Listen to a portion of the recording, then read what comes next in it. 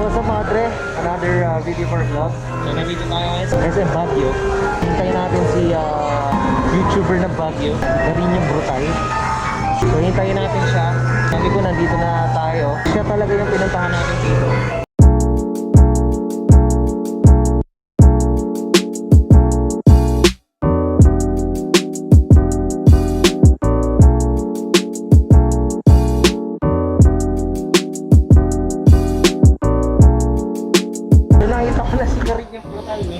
Ito na yung aking kaibigan. Hey, go bro! Hello! Ayan.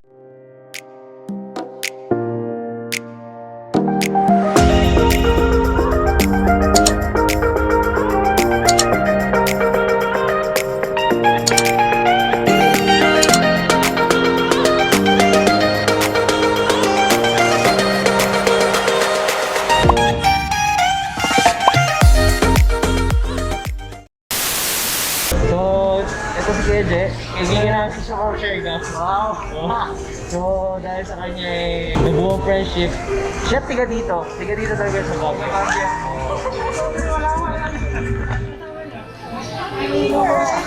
Tingnan natin konti. Nasa baba. Sabi ko sa kanya, nilagpasan mo ako. Sa baba? Oo, pwede nga ba? Sa taas? Mamaya, we have all the time. Pwede na tayo mag-flash. Lalayo tayo dito. Maganda yung view doon. Kasi sa mga pinupuntahan dito, sa RKCR, sa mga turista, nadalhin ko at mga kaibigan ko doon talaga. Gusto ko makita nila yung RKCR. Maganda yung view doon. Doon tayo mag-lunch today. Puntahan namin yung asawa niya. Dito nagtatrabaho naman sa Shake. Si Carino Brutal, dito rin siya nagtatrabaho. Pero SM mismo siya. So, ito na yung asawa niya.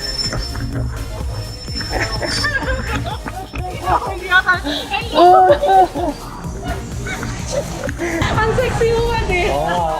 Bawal ang yakap. Hey.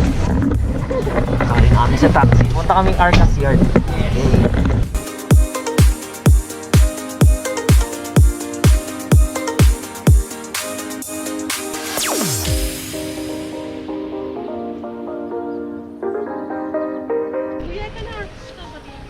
Ito na tayo sa Arcas Yard.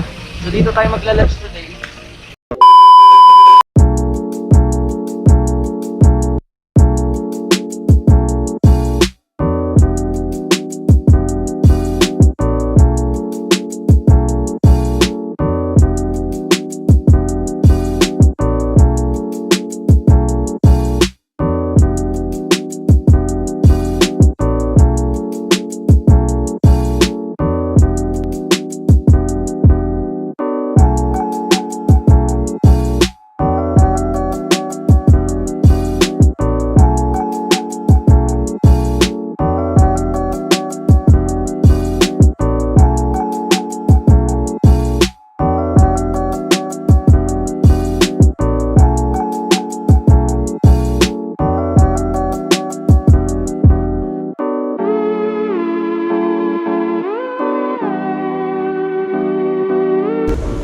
Kainan to, no? Parang bahay. Old school na bahay. So, yan. So, sa kabila, may mga tables pa rin. Sinuulang kagamitan. Yung mga, siguro matutulong mga local state. Parang tambol.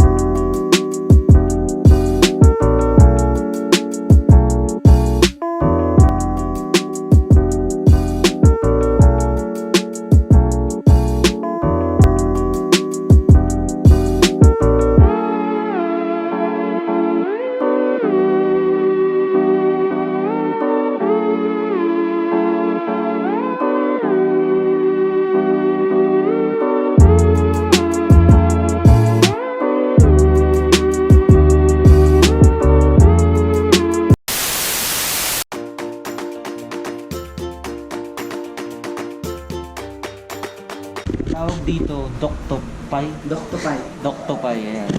So, kamote siya. Kamote, no? Kamote na cake. Kamote cake. With ice cream sa ibabaw. Bakit, Kuya Jet? Tinawag na Dokto. Hindi ko rin alam, pero buti na lang natin dun sa babae kanina. Dokto daw is an Ibaloy term ng kamote. Okay. Ibaloy is national dialect yan dito sa Benguet. Isa sa mga, kasi marami may Ilocano, may Kurot, may Kamkanaoy, iba yun, Ibaloy. So, yun. Ang dami ng dialect. Anong sinasalitang Ilocano? Masarap. Pero yung mga yan, Mamaya kakain natin. Dessert to eh, pero pinaserve agad para matignan namin agad. Tikman natin yung Doctopay. mga food critic, go. Mga nagluluto, nagbibig, yan, alam niyo yan. Pero akong gagawa, parang minash lang. Minash lang. Nilagyan mo ng pangin. Masarap siya. Sarap Kasama na. titignan mo yung disc. Para siyang may halayang kasama. Pero walang halaya. Pero may parang halaya yung taste niya. Grabe yung benta niya ah. Tapos, Nakita mo yung original price. nagmamatch yung ice cream doon sa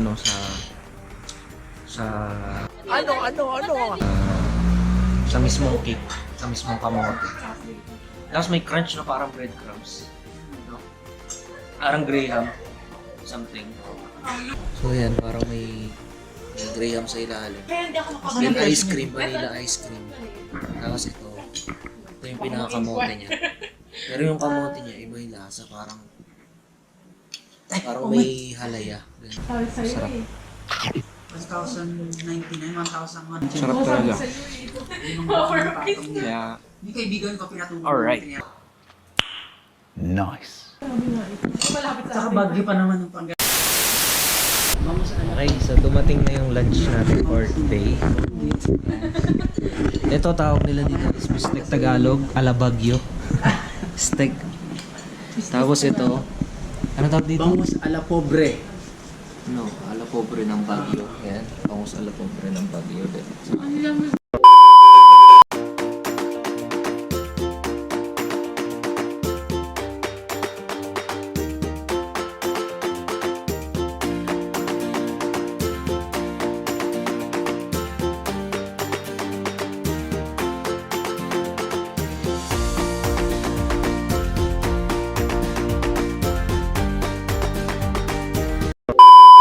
And we're done eating here at Arcas Yard.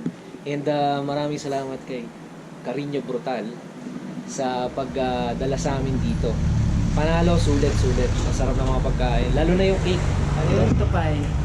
Yun. Sarap Doctopay kasi may ice cream sa ibabaw. Alright, Ayun na. so see you Next on destination. SM Terrace. Next Sky destination. Terrace. Yun. Sky Terrace. Tara, sakay na tayo. A few moments later. Naghihintay kami ng taxi pabalik ng SM. Ang layo na pinagkaya. Ito lang yung mahirap dito. Sabi ni Kuya Je, kasi wala daw bumabalik na taxi. Pag walang taxi bumalik. O pag walang Masasakay taxi na. bumalik, No choice. So no ito, choice. may jeep naman. May jeep dito. Ayan, local jeep. So, tambay-tambay muna tayo dito. Masarap magpa-araw kasi hindi siya ganun kainit. 12 seconds later. Tungtungan. Sasakay kami jeep na yan. Yun, yung isang tungtungan. Jeep ride dito sa Baguio. Papuntang SM.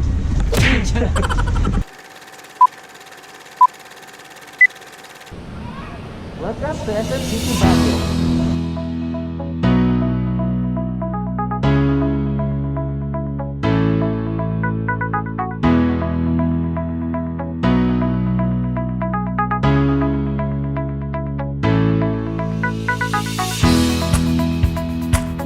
Last time na nandito ako sa SM City Baguio, hindi pa ganito kaganda at fully furnished ang mall na ito.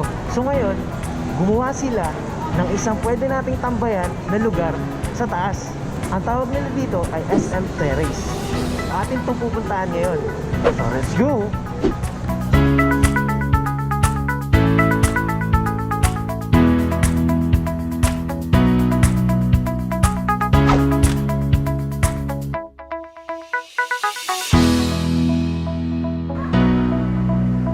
Ito yung mga isa sa mga destination na ginawa ng SM para sa atin at para sa mga turista at mga magpapamilya. pwede din tayo mag-date dito. So welcome here at the SM Terrace.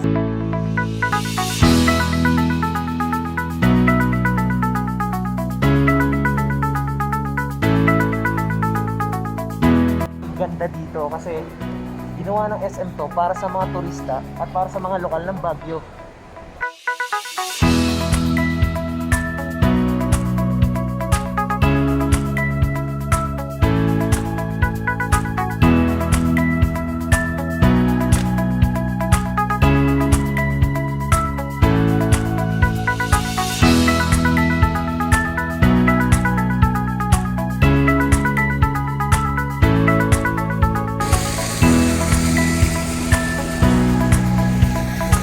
O diba ang ganda? Tara!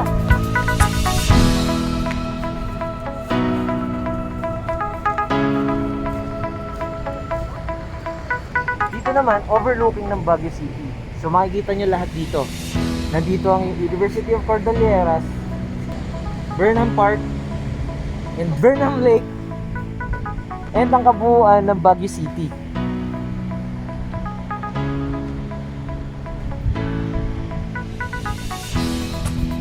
O, di ba ang ganda? Pwede ka rin mag-emote dito kung ikaw lang mag-isa. Lalo na kung mga broken hearted tayo dyan. Kung gusto nyo ng soul searching, pwede din dito. And pwede rin kayong mag-food trip kung meron kayong mga kasamang kaibigan.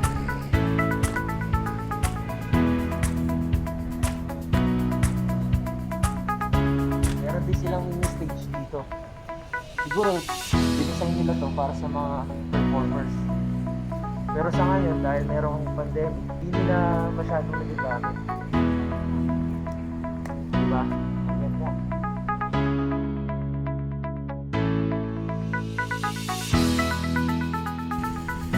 So, sa nakikita nyo, maraming magkakasama dito. Family, girlfriends, boyfriends, friends, and iba't ibang klaseng tourists, may mga foreigners, mga lokal. And masaya kasi dito.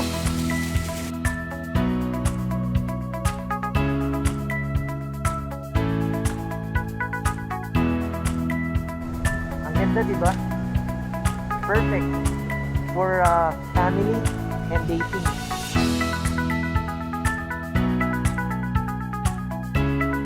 So kanina nandito tayo sa left side. Dito naman tayo sa far right.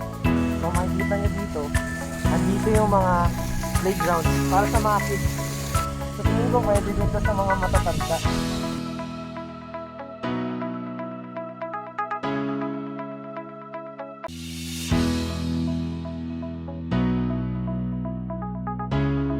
Perfect talaga to sa mga gustong umami sa mga crushes nila.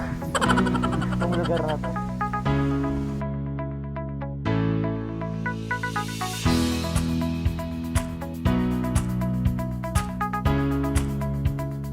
Dito na yung logo ng SM City Baguio. So nandito na tayo sa right side. Ay, dito nga pala yung cathedral. Sira punta na. So dito, makikita niyo dito yung overview ng cathedral, Baguio Cathedral. Ayun.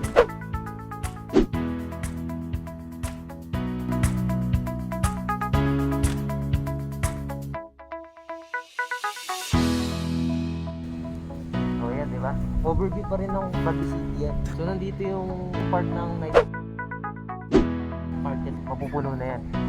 Siguro mag-start sila ng alas 9. Tawag dyan, Harrison Road. Sobrang lamig ngayon dito. Check natin. So 18 degrees. Ayan o. 18 degrees ngayon. Sobrang solemn ng lugar na to. Itong terrace. Sobrang solid. Kasi madaming kang pwedeng gawin dito. Like meron silang mga grasses. Pero ito ay artificial grass lang naman. Hindi naman to pero maganda siya. Pwede siyang humiga. Tapos kung dala mo yung mga pets mo, pwede silang maglaro dito. At lalo na yung mga anak nyo, pwede din maglaro dito. Pwede din kayo mag-picnic dito. Basta ba huwag kayo magkakalat. Ang ganda talaga dito sa bagong SM Terrace, Baguio City. So meron din sila dito, Black Scoop Tea. So kung gusto nyo mapawi yung uhaw nyo, meron sila, ayun o.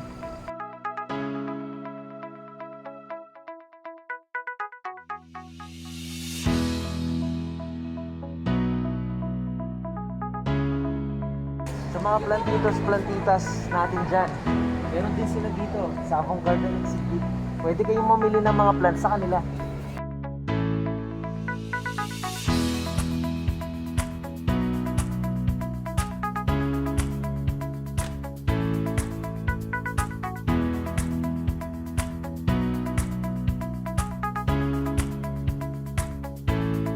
Para naman sa mga lola at lola natin, meron din parol lighting dito. Made up to of copies, di ba? Recycled materials. So nandito yung mga parol nila. Ayan. Yung mga lokal. Sila yung mga nagagawa. Gusto nyo yung regaluhan yung mga lola at lola natin na mahilig dyan. For sure magugustuhan nila yan. Pampasalubong. So nakita niyo na yung bagong tambayan dito sa SM City Baguio, ang SM Terrace. So sa lahat ng mga gustong pumunta, free to, walang entrance. At marami rin sila mga inumin dito at saka mga pagkain. Hindi ko na na-feature yung ibang mga drinks and mga pagkain kasi malapit na sila magsarado. Punta na lang kayo dito, lalo na sa mga turista. Huwag kayo mahihiya magsama ng pamilya at ng mga jowa nyo dito. Dahil dito sa SM Terrace, para sa lahat ito.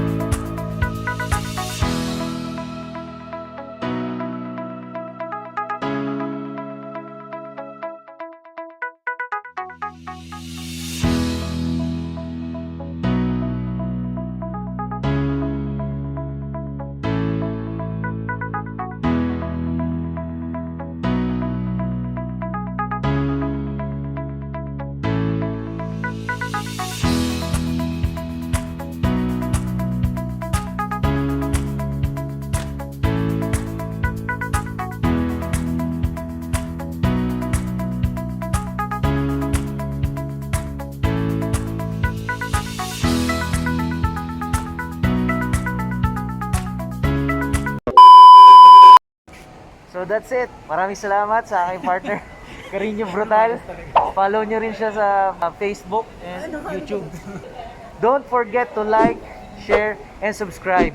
Hit the bell button para sa susunod at sa mga dadating pang vlogs. Yachts Gaming, maraming salamat. Bye!